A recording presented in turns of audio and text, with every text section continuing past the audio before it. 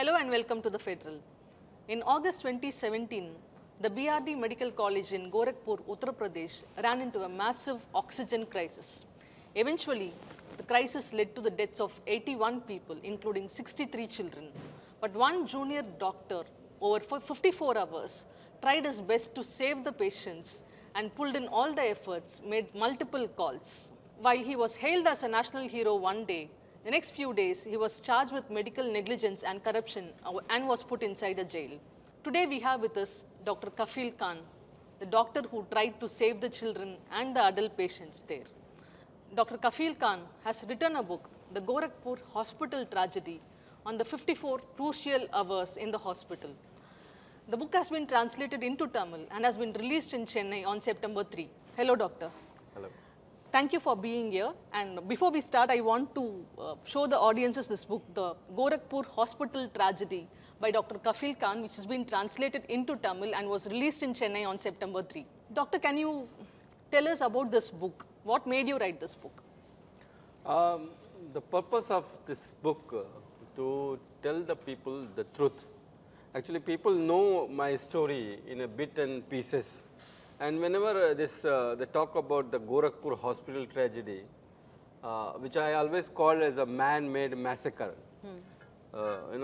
they always have two people in their mind, that Yogi Adityanath and Dr. Kafeel. But nobody talks about those 81 families, those 63 kids who died that day. So I wanted to narrate the story in a way that with the facts, and so that the story should reach to maximum people and show that what happened in those 54 hours.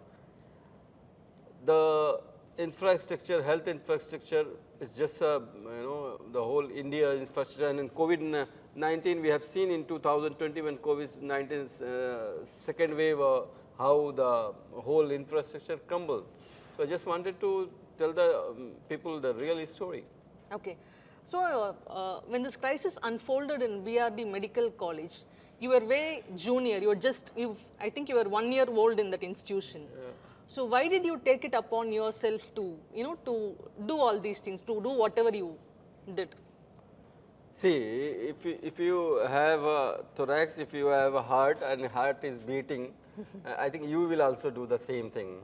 I have done my MBBS MD from Manipal, Karnataka, and in my like a 12-year stay, we never realized that oxygen can be a shortage, because oxygen is an emergency drug.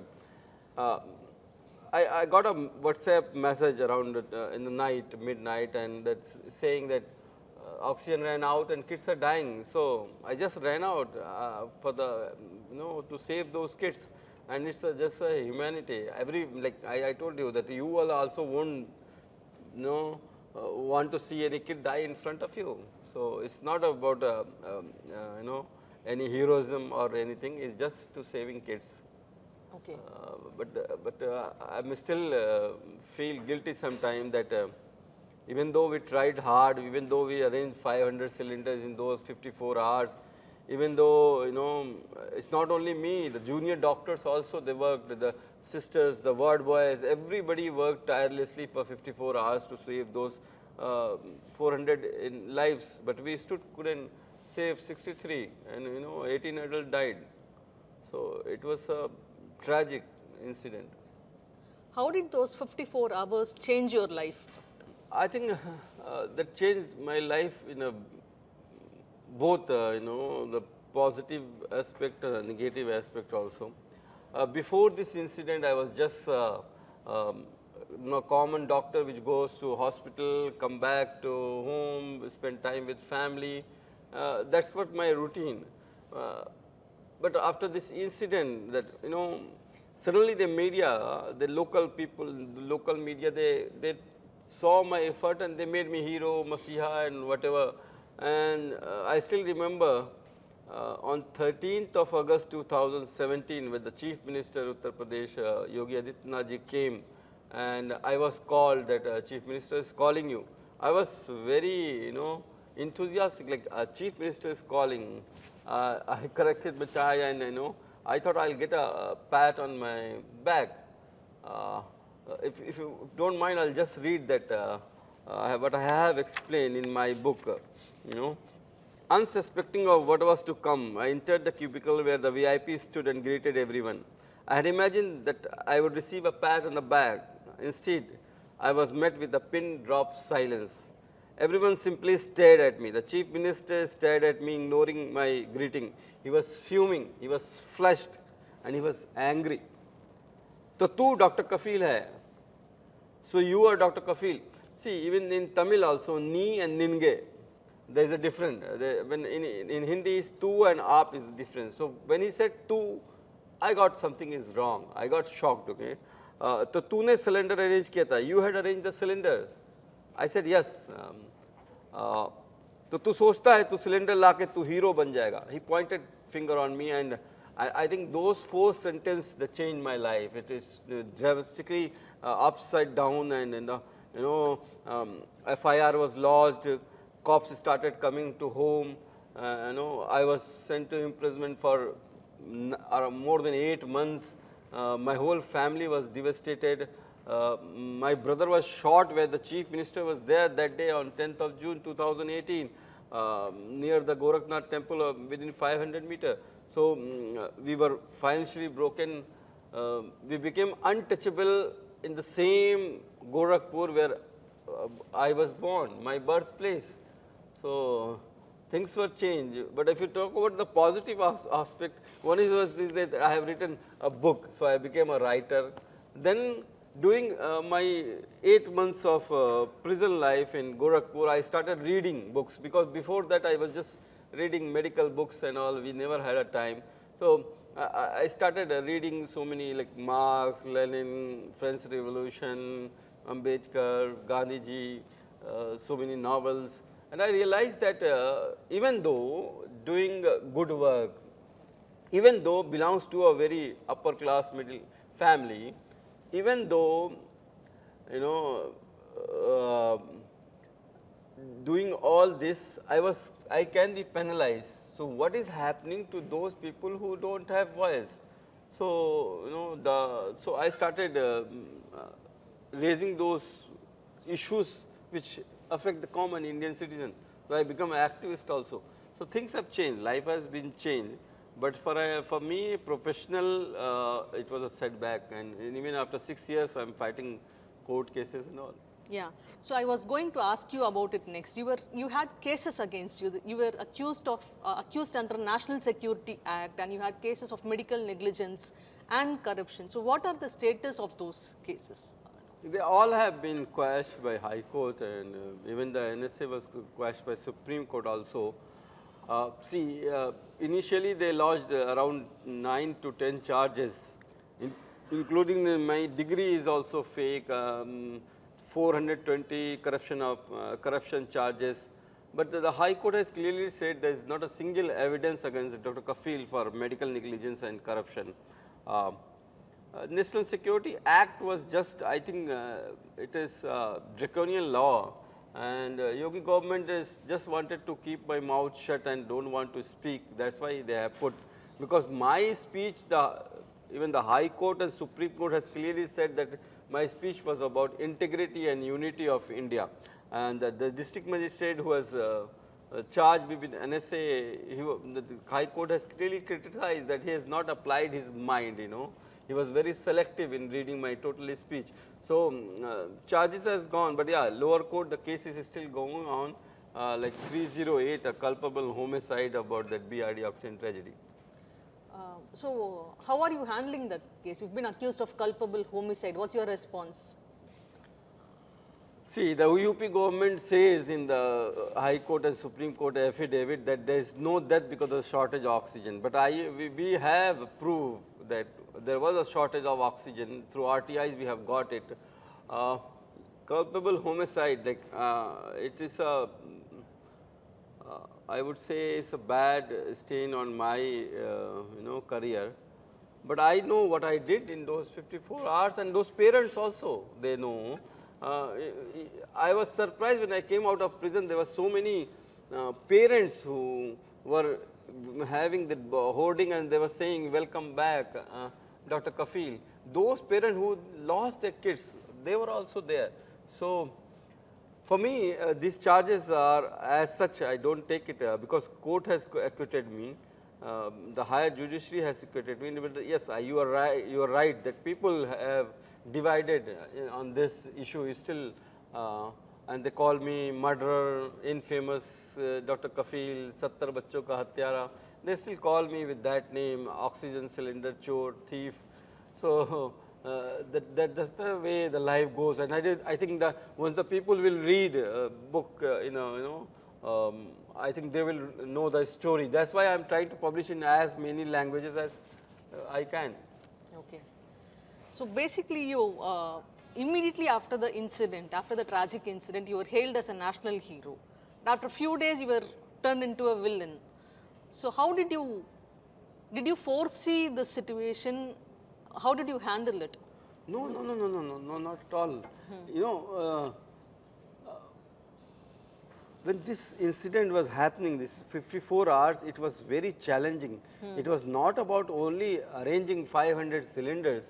It was the first challenge was because of shortage of oxygen, the children were getting sick, so we have to change the treatment modality, and that time around 313 kids were there, and out of 313, around 70, 80 kids were newborn. Okay. You know, I will show you one picture I have taken that day on my phone. See, these newborns, all they lost their life, and you know, yes, media only made me hero. Media only made me villain. After 2 days, when the chief minister came. Initially, the whole government wanted to bury the whole incident. If you remember the health minister's statement just after the incident on 12th of August, he said that August mein to maute hoti rehti hain. Every August in UP, in Gorakhpur, children died. He said that in 2016, 16.5 kids died every day in August, and 2017, 20.5 kids died. So he put it in a numbers, he put it in a decimal, and that was they tried to bury the whole incident. When they found out they could not bury the whole incident, they came up with they wanted a scapegoat, and they found in me. But I will tell you one thing, I still believe, because people they say that Yogi Adityanath targeted you because you are a Muslim. I still believe, and I have mentioned in the book itself, that even if it's Dr. Kapil Mishra or Dr. Kapil John or Dr. Kapil Kumar, he would have done the same thing because he wanted to save his health minister, because they didn't pay the supplier 68 lakh rupees due, and so they wanted to save their own skin. Only difference is that when once the name Dr. Kafeel Khan comes, the story is easy to sell, and that's what happened. Even after 6 years of this tragedy, everybody talks about Dr. Kafeel or the chief minister, but nobody talks about those 81 families, and they're still waiting for the justice. Okay. I have mentioned this in the book, that one whole chapter, hero to villain, how I got transformed. And this is the media who did it, They painted the picture in a different way. I still remember that TV show, they, I was the junior most doctor. I told you, I joined in 2016 as a permanent lecturer, and it's just 1 year after that the incident happened. They made me vice principal, they made me head of the department, they made me medical superintendent. Those media channels who are sitting in Delhi and Mumbai, they didn't come to Gorakhpur to find out who is Dr. Kafeel. They just got the stories from the, I think, the social media platform, and they portrayed me like I was the one who was running the whole hospital. It's a 1,000-bed big hospital, and there are more than 200 doctors. So they said vice. I still remember one anchor he was in Times now. Now he's running his own channel, Republic. some Goswami, I don't know Goswami, I think. He screamed that vice principal of Dr. or BRD Medical College, 70 बच्चों का हत्यारा. When I came out of prison, I filed a RTI. Who was the vice principal that time? And the government said that there was no vice principal post. So I sent a notice to the Times Now that why you said that vice principal, and they sent a reply that no, we are sorry that anchor is not with us and we are sorry for that. So the whole thing is that they portrayed that I was the only doctor who run the whole hospital, and people believe that. See, they said that I steal oxygen cylinder from my own private clinic. That was one allegation. And you know, this is a tank which is around 100-200 feet tall and contains 3,000 liters of liquid oxygen. How can I take the this tank to my private clinic and come back with this? I was not a Superman. So they made this thing. Then there was one lie that that Yogi, the chief minister, said that all the kids died because of the Japanese encephalitis. I showed you this just now the pictures of newborns, less than 6 months old, they don't get encephalitis. So there were so many lies and misinformation, disinformation they were throwing at me. It was difficult, and I agree with you that initial 7-8 months of this after the incident, even during the prison, my home family was traumatized and scared. We don't want to talk about this. That's why we didn't come to the public also, and we didn't tell the story, because we were scared that who will fight the government. Governments are very powerful people. But finally, when Manish Bhandari, who was the oxygen supplier, he got bail from the Supreme Court, and then I thought, like, when the person who have stopped the oxygen got relief, why not me?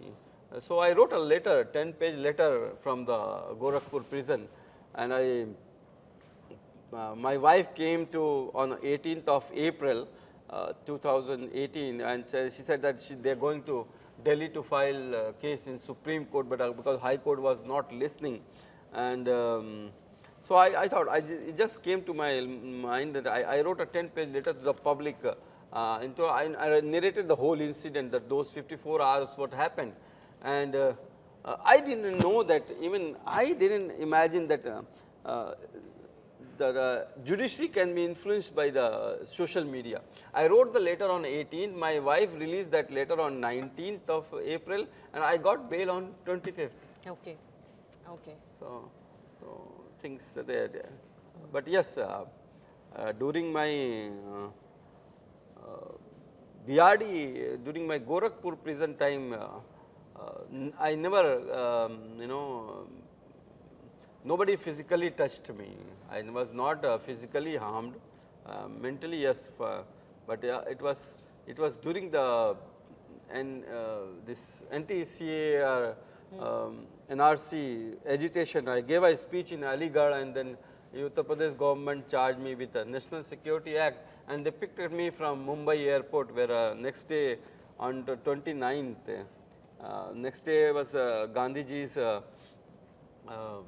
death anniversary, and I was supposed to address public speech and with Gandhiji's great grandson Tushar Gandhi in Kolaba, Mumbai. But they picked up me from Mumbai airport, and from 29 January, and they reached Aligarh only on 2nd, and that was the most horrible, I would say, that traumatized phase of my life.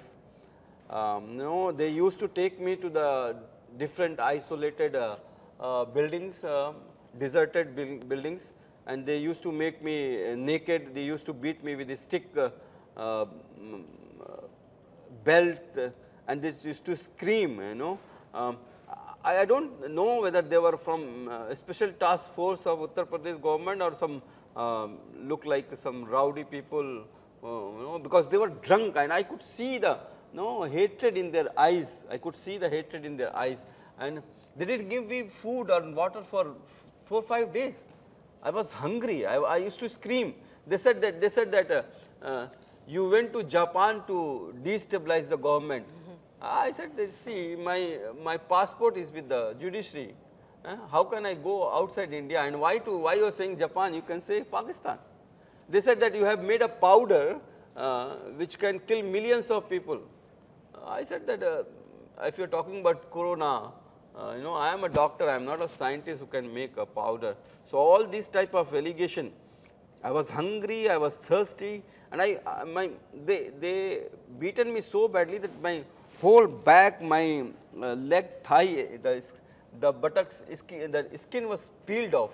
I couldn't sleep on my back for months. I used to sleep on my abdomen.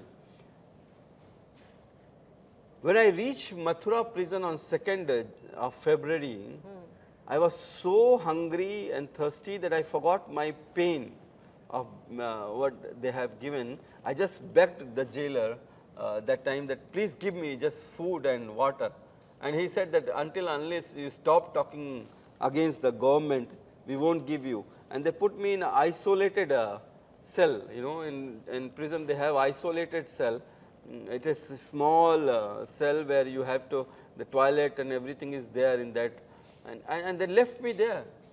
I used to scream, khana de do, give me food, give me water, give me food. I used to scream, I used to get fainted, get up, scream again. I was so hungry that I ate the grass outside my prison cell. I used to chew my shirt. When I used to go for pass urine, there used to be drop of urine, and it's so severe pain that I thought like I had a ureteric stone. I am a doctor. I know that like if you don't get water for 72 hours, kidney will fail. Yeah. But nothing happened.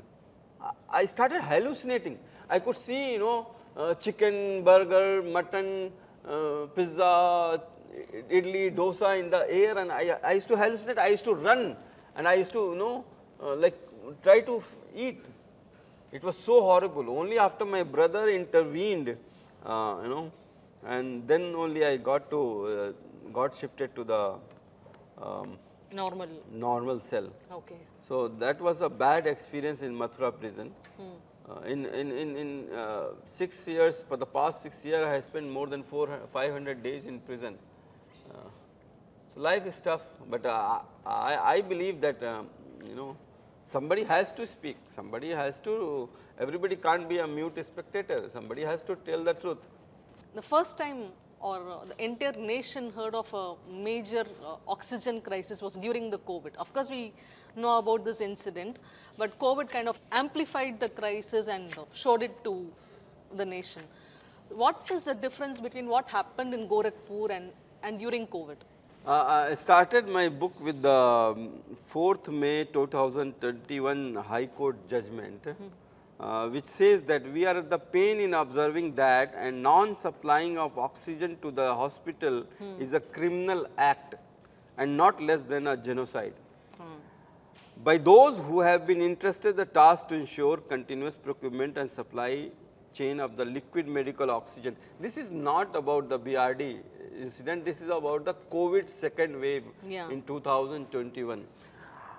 What I have seen in BRD, I saw the whole country suffer with the same in 2000 April and May, 2021 April and May.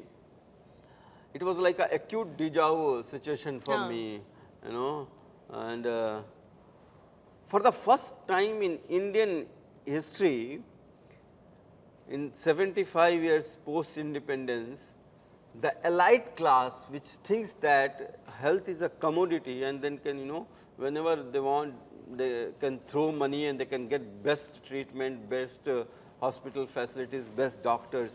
They also had to suffer for the oxygen bed medicine. Even the metros like Delhi, Mumbai, Kolkata, Chennai, Ahmedabad, Hyderabad, Lucknow, all these metros, they also suffered the same what BRD has gone through. But I will tell you, what happened during COVID-19 tsunami, the shortage of oxygen and shortage of beds and shortage of medicine, people were dying like anything. The New York Times says that 4.2 million people died, even the government says only 5 lakh. If these things happen in Delhi, what is happening in the rural areas? Yeah. So we started going to the Rajasthan, Haryana, and UP, Bihar, West Bengal, Assam, Jharkhand, and we saw that in the rural area, the people, there is no testing, people are dying like anything, and I realized that what is these metro people, the elite class is feeling, the 70% of Indian, they felt the same pain every day. See, if you get, I am not talking about South India, but if you go to the North India, the primary health center, which is the backbone of any health system, is in really is in shamble, it's work like a white elephant. You think it's South India is better? Yeah, it's better. I have spent 12 years in Karnataka during my MBBS MD days. I spent 1 year here in Tamil Nadu. I feel and I have gone to Kerala so many times. So I feel that in health infrastructure is a lot better than North India in South, because if you see even the statistics is, if you see infant mortality rate in Tamil Nadu is 15. Like means that out of 1,000 babies born in Tamil Nadu, 15 die. But if you go to the Uttar Pradesh, around 46. Even the same for the maternal mortality rate. During delivery in Tamil Nadu, out of 1 lakh females, 54 die during delivery. But in if you talk about Uttar Pradesh, 167. I would say that the taluk level, the primary health center is very good here in Tamil Nadu. Even Thrivalur is a small town, but I have seen the government hospital, the district hospital in Thrivalur. It's a very big, like a secretariat building, and they have 7 floors only for the maternal and child health. So what I was trying to tell you that if somebody get emergency sickness like heart attack or going to deliver a baby or snake bite or road traffic accident, where they will go? They go to the primary health center. There is no doctors.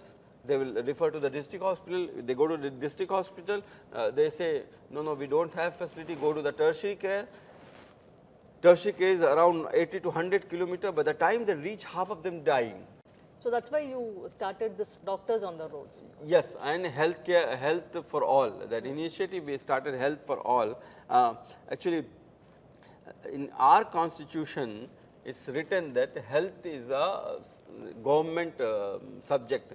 The health care should be a right, and even the Supreme Court says Article 20, under Article 21, the health care should be a right. Every Indian citizen should get free treatment from the government. But as they say that health care is a right, is fundamental right, but it's not fundamentally right.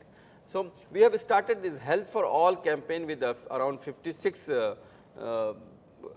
doctors from all over India, from their good field, health activists, and we propose this Health for All, and I am working for that. That is my life aim, that health care is a right, should be act as a law passed from Lok Sabha and Raj Sabha, and make it that every Indian citizen, irrespective of their caste, religion, region, socio-economic status, disability, and gender bias, they could free of cost best medical facility at least 3 to 5 kilometers, their hometown. Okay.